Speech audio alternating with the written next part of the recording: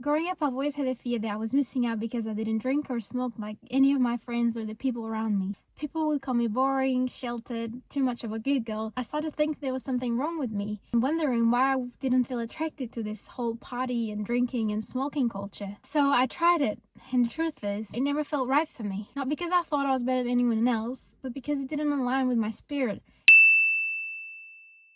I grew up with parents who never drank or smoked, and I was never really exposed to it rather than by my friends.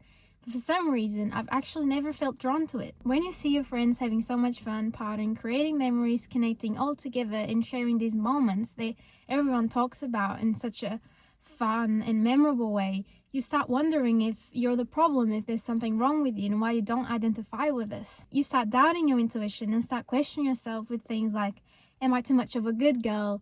Am I a party boomer? Am I missing out on my early 20s? How come everyone enjoys this except me? So I did the same thing. I partied and I drank to create those memories and to understand the hype. Honestly, it felt terrible on my body, on my mind, and my soul. I felt like I was numbing my intuition. I didn't feel like I was fooling myself, and felt like I was fooling myself into liking this. It made me feel completely drained, wiped out, and it felt like it was taking me to such a dark place, away from my intuition and away from God, like I couldn't clearly hear Him. That's when I realized what I was afraid of missing out. It was never meant for me in the first place. The lifestyle was never aligned with who I truly was. I was just afraid of not doing what others considered fun. Created this whole idea of what it could be like and what it would feel like, when in reality, that was not even true. Being different doesn't mean that something's wrong with you. Once I stopped doing these things, I finally felt at peace with myself, and I found this sense of authenticity and just following what felt right for me, and the right people would stay. I realized that lots of relationships are based around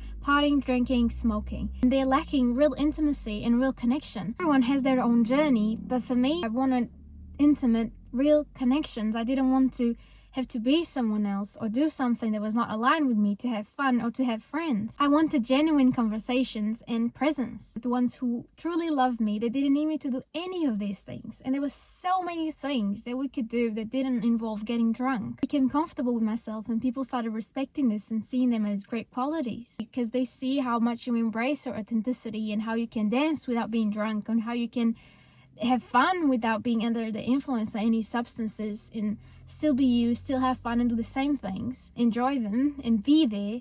But it is actually started being inspiring for others and for the people around me to stop doing these things and drop them in line with a healthier, more present version of themselves. You don't need to get drunk to numb yourself, to abandon yourself, to have fun and feel connected. Clarity, peace, a healthy body and mind, general well-being are far more important than what we think that is fit in and to be part of a group. These are just stories and things that we tell ourselves to survive in a social world. But belonging doesn't have to be molding. Belonging doesn't have to be doing the same thing as others. Belonging means you feel that you are you, and the people around you, they accept you the way you are.